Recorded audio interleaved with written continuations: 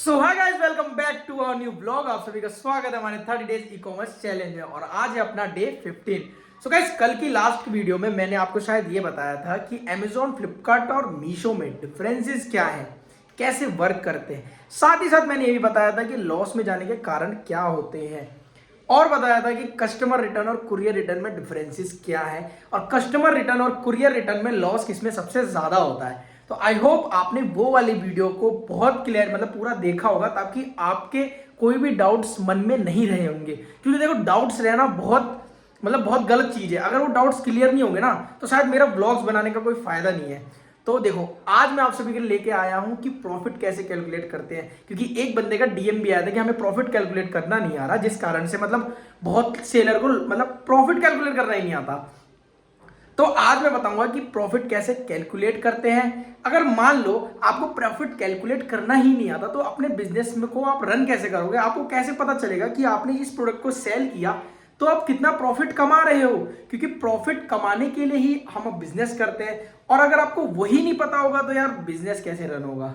तो देखो, वीडियो को बिल्कुल भी मिस मत करना और अगर चैनल पे नए हो तो सब्सक्राइब जरूर कर देना, क्योंकि देखो ऐसी इंफॉर्मेटिव वीडियोस तुम्हारा भाई हमेशा लाता रहता है ताकि आप कभी भी लॉस में ना जाओ। मान लो आज हम किसी एक प्रोडक्ट को सिलेक्ट करते हैं, लाइक लंच बॉक्स। ठीक है, लंच बॉक्स मैंने बहुत लोगों का देखा है, बहुत लोग लंच बॉक्स सेल करना चाहते हैं। तो चलो मान लो हमने 150 रुपए का लंच बॉक्स लिया। ठीक है, हम मन प्रॉफिट अभी मैं आपको पूरा हिसाब दिखाने वाला हूं जिससे आपके मन में कोई डाउट ना रहे।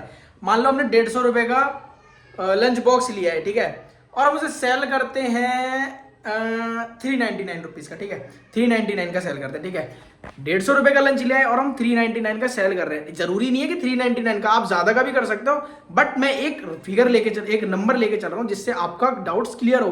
तीनों पर चेक करेंगे हम, फ्लिपकार्ट पर भी, मीशो पर भी और Amazon पर भी, ताकि हमें पता चले कि कौन सा हमारा प्रॉफिटेबल है, कौन से कितने पे कितनी कैलकुलेशन लेके चलनी है, ताकि इस वीडियो के थ्रू आपका प्रॉफिट से रिलेटेड, प्रॉफिट कैलकुलेशन रिलेटेड पूरा डाउट क्लियर हो जाए। ठीक है, तो मेक श्योर यू सब्सक्राइब और यूट्यूब वीडियो। चलिए शुरू करते हैं। पूरी कैलकुलेशन मैंने अभी जस्ट बना दिया, मैं एक्सप्लेन करने वाला हूं कि अगर हम किसी 150 रुपए के प्रोडक्ट को सेल करते हैं 399 का और वो हम लेने वाले हैं लंच बॉक्स को। ठीक है, लंच बॉक्स थोड़ा इजी रहेगा आप सभी के समझने के लिए, तो इसीलिए मैं लंच बॉक्स ले रहा हूं। बाकी आपकी जो भी कैटेगरी हो आप उसमें इस चीज को यूज कर सकते हैं, बट कमीशन अलग रहेंगे। ठीक है, कमीशन को आप थोड़ा देख के चलना, क्योंकि हर प्रोडक्ट की कमीशन, हर कैटेगरी अलग होती है, तो कमीशन भी उसके अलग होते हैं। ठीक है, तो ये चीज मैं पहली क्लियर कर देता हूं।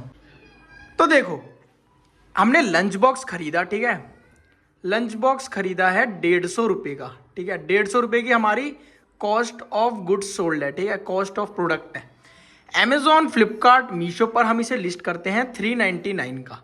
ठीक है, 399 का जो है हमारी सेलिंग प्राइस। ठीक है, उसमें जो कमीशन लगता है Amazon का, फ्लिपकार्ट का और मीशो का, Amazon का जो कमीशन है वो है 29 रुपीज। ठीक है, ये डिपेंड करता है आपकी कैटेगरी के हिसाब से कितना परसेंट है। ठीक है, परसेंट के हिसाब से डिपेंड करेगा कि कितनी परसेंट की आपकी कैटेगरी पे लग रहा है, साथ ही साथ कि आपने जो अमाउंट चूज किया है। ठीक है, अमाउंट से भी कैटेगरी के परसेंटेज पे बहुत फ्लक्चुएट होता है, ऊपर नीचे होता रहता है।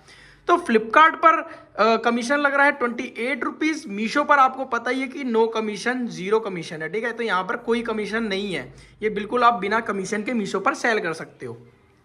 थर्ड है हमारा शिपिंग फीस। हम एक नेशनल का एक ओवरव्यू लेके चलते हैं कि अगर हमारा प्रोडक्ट नेशनल में जाएगा तो Amazon से हमसे चार्ज करेगा, वो करेगा 90 रुपीज। ठीक है, फ्लिपकार्ट हमारे से चार्ज करेगा 87 रुपीज नेशनल में। ठीक है, और मीशो कमीशन वो शिपिंग चार्जेस चार्ज करेगा 0 रुपीज, क्योंकि जो मीशो है वो चार्ज करता है अपने कस्टमर से, वो करेगा आप कस्टमर से 80 रुपीज। ठीक है, 80 रुपीज मीशो चार्ज करेगा अपने कस्टमर से, ये आपके लिए नहीं है। ठीक है, अब आता है पैकेजिंग।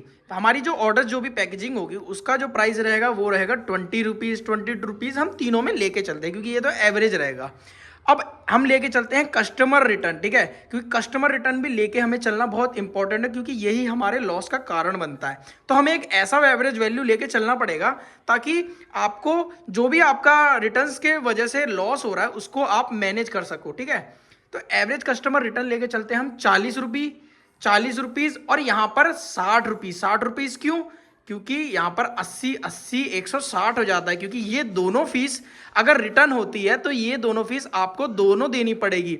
यहाँ जब कस्टमर ने मंगवाया तब तो कस्टमर को 80 रुपये देने पड़े, लेकिन लेकिन अगर रिटर्न हो गया, मतलब कुछ कस्टमर रिटर्न या कुरियर रिटर्न हो गया, कुरियर रिटर्न, ठीक है, तो 160 रुपीज आपकी जेब से जाएंगे। अब बात आती है हमारी जीएसटी की, ठीक है। आपने खरीदा कितने का? 150 रुपए का, ठीक है, 150 रुपए का खरीदा, लेकिन आप बेच कितने का रहे हो? 399 का। तो आपको जो जीएसटी बनेगा वो बनेगा 399 रुपीज पे। तो यहाँ पर 18% अगर 399 का लेके चले, और जो आपका रिटर्न का टीडीएस आया था, रिटर्न जो आप सेलिंग करेंगे, टीडीएस को डिडक्ट करने के बाद जो भी आपका जीएसटी बनता है वो बनता है अमेजोन पर 21 रुपये, फ्लिपकार्ट पर 20 रुपीज और मीशो पर 14 रुपीज, ठीक है। अब बात रही कॉस्ट ऑफ गुड्स सोल्ड, जितने का हमारा प्रोडक्ट था, जो था 150 रुपीज का, तो 150 रुपीज 150 रुपीज 150 रुपीज हमने तीनों में ऐड कर दिए। तो अगर हम इन सब का पूरा कैलकुलेट निकाले तो हमारा अमेजोन पर अमेजोन पे जो प्रॉफिट निकलता है वो मिलता है 49 रुपीज का, और फ्लिपकार्ट पर सारे कैलकुलेट करने के बाद हमारा प्रॉफिट निकलता है 54 रुपीज का। मीशो पे कैलकुलेट करने के बाद हमारे निकलता है 55 रुपीज का। तो यहाँ पर कुछ प्राइस का ही डिफरेंसेस है, बट प्रॉफिट आपका तीनों में अगर एवरेज मान के चले तो वो है हमारा 50 रुपीज, ठीक है। देखो ये थी हमारी प्रॉफिट कैलकुलेशन की आज की क्लास, क्लास तो नहीं बट व्लॉग। तो ये ऐसे करके आप अपने प्रोडक्ट का प्रॉफिट कैलकुलेट कर सकते हो, ताकि आपको पता रहे कि आप कितने पानी में हो और कितने जमीन में हो। सो आई होप आप सभी को आज का ये वाली क्लास के डाउट्स क्लियर हुए होंगे। कोई डाउट्स हो तो कमेंट करके बता दो, और अभी मैं कमेंट्स के रिप्लाई देने वाला हूं जो आपके व्लॉग्स, जो मेरे व्लॉग्स आपके मेरे एक ही बात है, जो मेरे व्लॉग्स में आए हुए हैं। सबसे पहला कमेंट जो है वो है संतोष भाई का, कि भाई जो रेंट पर रह रहे हैं उनका जीएसटी बनाने में प्रॉब्लम आ रहा है, pick the comment and solve the problem brother. जो रेंट पे रह रहे हैं उनके लिए एक ही सजेशन रहेगा कि आप या तो किसी ऑफिस एड्रेस पे अपना जीएसटी बनवाओ, ठीक है, या तो रेंट एग्रीमेंट के थ्रू अपना जीएसटी बनवाने की कोशिश करो, ठीक है। इसके यही दो सॉल्यूशन है, ठीक है। क्या हम मल्टीपल प्रोडक्ट सेल कर सकते हैं with same GST and same account, या फिर एक ही प्रोडक्ट सेल करना है? मैं ये बताना चाहता हूँ, अगर आपके पास एक जीएसटी है, ठीक है, आप मल्टीपल प्रोडक्ट सेल कर सकते हो, ठीक है, मल्टीपल कैटेगरीज में। बट क्या होता है ना, जब आप मल्टीपल प्रोडक्ट्स में सेल करते हो तो अलग अलग कैटेगरीज हो जाती हैं। अगर आप सेम कैटेगरी में कर रहे हो तो आपके लिए एक ट्रेडमार्क बहुत है, लेकिन अगर आप एक ट्रेडमार्क से अलग अलग कैटेगरी में सेल करना चाहते हो ना, तो क्या होता है ना, ट्रेडमार्क में अलग अलग क्लासेस होती हैं, ठीक है। तो उन क्लासेस में जिस भी कैटेगरी में आपका प्रोडक्ट होगा उसको रजिस्टर करवाना पड़ेगा, ठीक है। तो आप एक जीएसटी से कर सकते हो, कोई दिक्कत नहीं है, ठीक है। और जो ट्रेडमार्क में अगर आप अलग अलग कैटेगरी कर रहे हो तो बस आपको क्लासेस रजिस्टर करवानी है और कुछ भी नहीं है, ठीक है।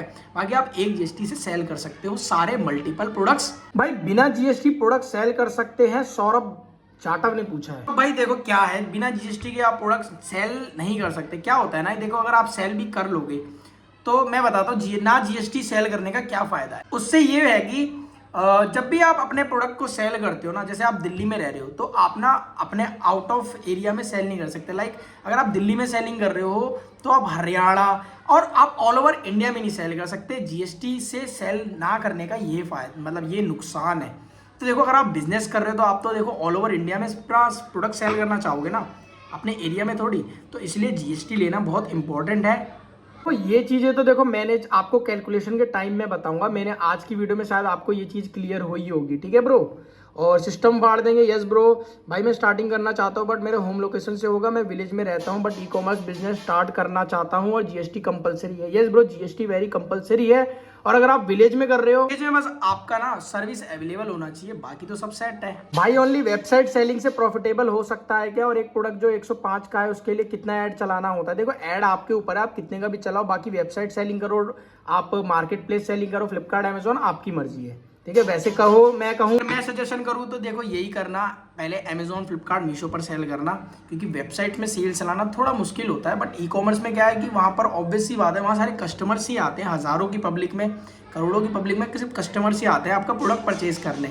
तो बहुत ज़्यादा ईजी है सेल चलाना उस पर। क्वेरी है कि एक लैपटॉप से मल्टीपल सेलर अकाउंट चलाते हैं तो कोई प्रॉब्लम होती है क्या? जी बिल्कुल होती है कि अगर आप एक ही जीमेल से सेम आईपी एड्रेस से अपने अलग अलग अकाउंट चलाओगे ना तो चांसेस हैं कि आपका जो अकाउंट है वो ट्रैक हो जाएगा, और वो ट्रैक हो गया तो आपका वो अकाउंट ब्लॉक भी हो सकता है। So please be aware of this. के नाम से जीएसटी लेने के लिए कौन कौन से डॉक्यूमेंट लगते हैं भाई, प्लीज रिप्लाई। देखो घर के नाम से नहीं, घर के बिजली के बिल से, एड्रेस से आपको जीएसटी का मतलब डॉक्यूमेंट मिलता है, ठीक है।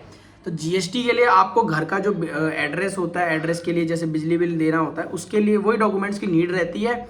बाकी आपका नाम कुछ भी हो सकता है, बट मेरा सजेशन यही रहेगा देखो कोई यूनिक नेम सेलेक्ट करना, ताकि इन फ्यूचर आपको नेम से रिलेटेड कोई दिक्कत ना है, जो मैंने अपनी वीडियोस में शायद आपको बताया होगा, जो मैंने प्रॉब्लम बताई थी मेरे साथ क्या फेस हुई थी। Your vlog better than Saurabh Joshi. Thank you guys, मुझे पता है कि मैं सौरभ जोशी से बहुत अच्छा व्लॉग बनाता हूँ। कहाँ कर दिया यार तुमने कंपेयर सौरभ जोशी से मेरे को यार।